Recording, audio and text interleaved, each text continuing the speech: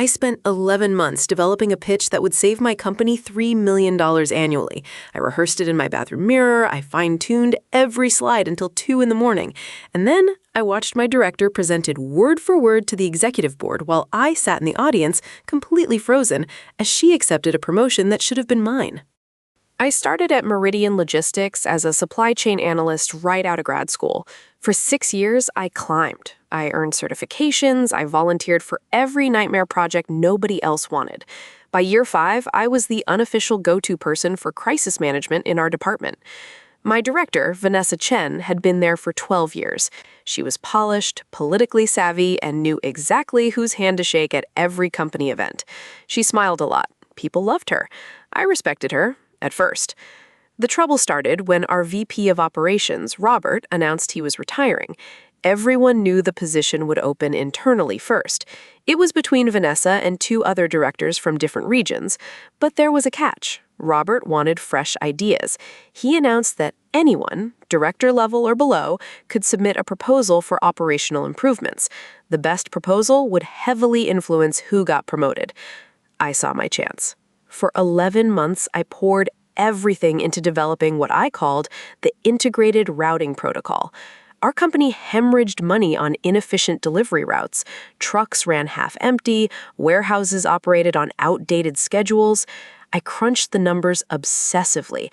I mapped out a complete overhaul using predictive analytics and real-time traffic integration.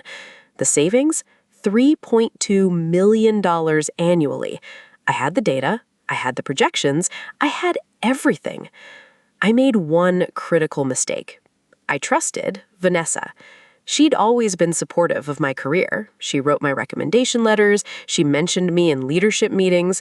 When I told her about my proposal, she seemed genuinely excited. "This is incredible work," she said, flipping through my preliminary report in her office. "The executive board is going to be impressed. Have you thought about presentation strategy?"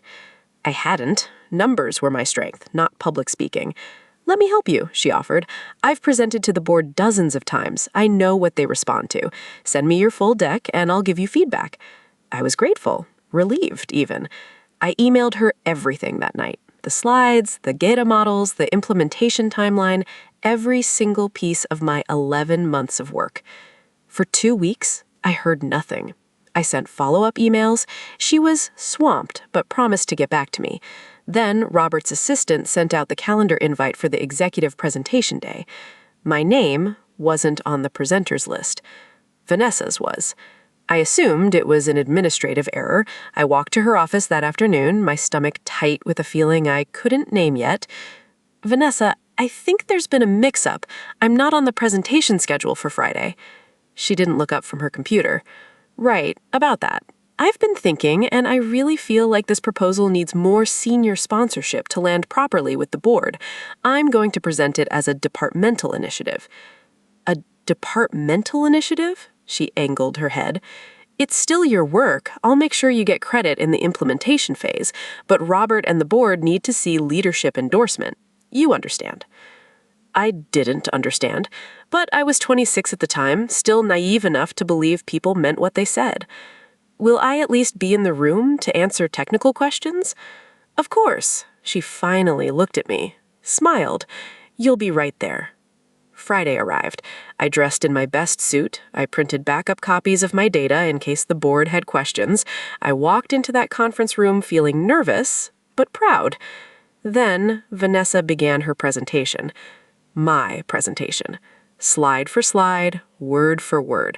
She'd changed the font and added her name to the title page. That was it.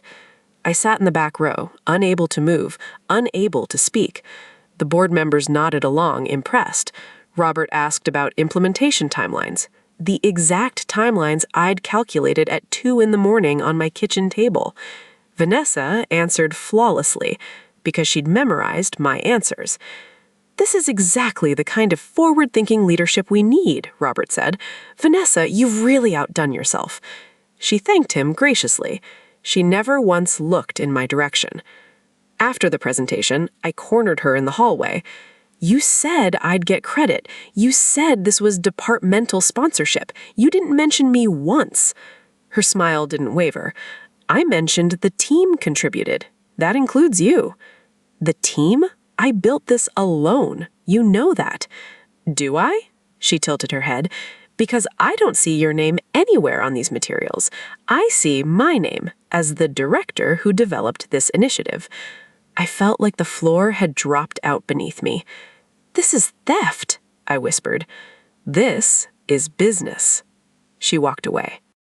Okay, I need to stop here for a second, because at this moment, I had absolutely no idea what to do. I was standing in that hallway, shaking, watching her walk away with 11 months of my life. Subscribe if you think I should have gone straight to HR right then. Drop a comment telling me what you would have done, because I genuinely didn't know if anyone would believe me. And keep watching, because what happened next made everything so much worse before it got better. I went to HR the next morning. I brought my documentation, email timestamps, original drafts saved on my personal drive, even text messages where Vanessa acknowledged receiving my materials. The HR director, a man named Philip, listened patiently. Then he asked if I had any witnesses to our conversations. I didn't. This is a serious accusation, he said. Vanessa has an excellent track record. Without corroborating evidence, I have the original files. The timestamps prove I created them months before she presented.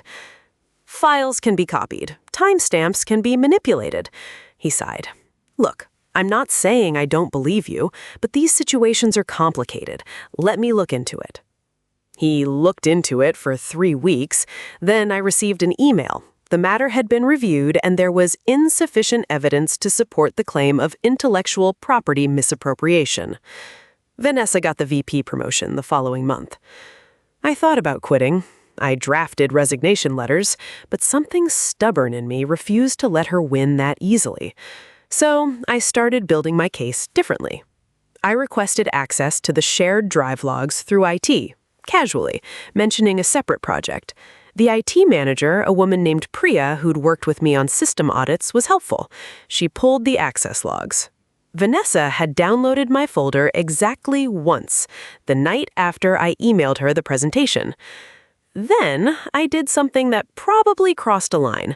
I filed a public records request for all company email metadata during the relevant period. Our company was a government contractor, which meant certain communications fell under transparency requirements. The metadata showed that Vanessa forwarded my email, the one containing my entire proposal, to her personal email address 2 minutes after receiving it. I had her. But I didn't go back to HR. Not yet. I waited for the annual shareholder meeting. Every year, employees could submit questions for the Q&A session with the CEO. Typically, people asked about benefits or parking policies. I submitted a question about intellectual property protections for employee innovations. The CEO read it aloud. What systems exist to protect employees whose original work may be presented by others as their own?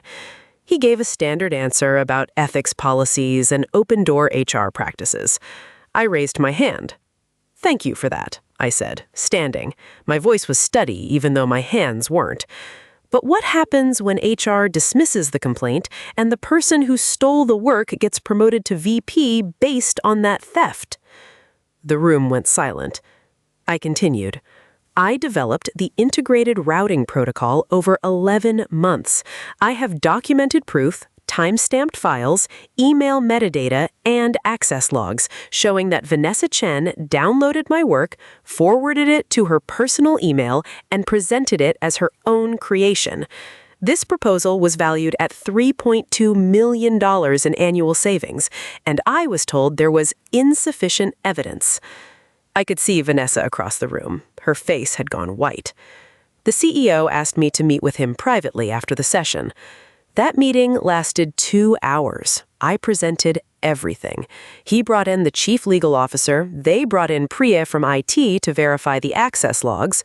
By the end of the week, an external investigation was launched. The investigation took 6 weeks. They interviewed everyone in our department. They examined every file, every timestamp, every email. And they found something I hadn't even known about. Vanessa had done this before. 2 other employees had raised similar concerns years ago, but both had been dismissed and eventually left the company. Vanessa was terminated for gross misconduct and violation of company ethics policies. Her VP promotion was revoked. She was escorted out on Tuesday afternoon. I wasn't given the VP position. It went to one of the other directors, which I actually understood. But I was promoted to Director of Strategic Initiatives, a role created specifically to implement the Integrated Routing Protocol. My proposal. My name. Finally. The first-year savings came in at $3.4 million, higher than my projections. Robert, before he retired, sent me a handwritten note. It said, "I'm sorry we almost lost you. The company is better because you fought." I framed it. It sits on my desk in my new office, the office that used to be Vanessa's. Sometimes I think about how close I came to just walking away, how easy it would have been to let her win because fighting felt impossible. But I learned something that year. Documentation is power. Patience is a weapon. And sometimes the only person who will advocate for you is yourself. I still have those original files saved in 3 different places, just in case I ever need to remember what I'm worth. Thank you so much for listening to my story. If you've ever had your work stolen or been dismissed by HR when you tried to speak up, I hope this gives you some hope that it's possible to fight back and win. If this resonated with you, please hit that like button and subscribe so you don't miss our next video. And if you have your own workplace nightmare story you'd like to share, drop it in the comments or submit it through the link in our description. Your story could be featured in an upcoming video. Take care of yourselves out there.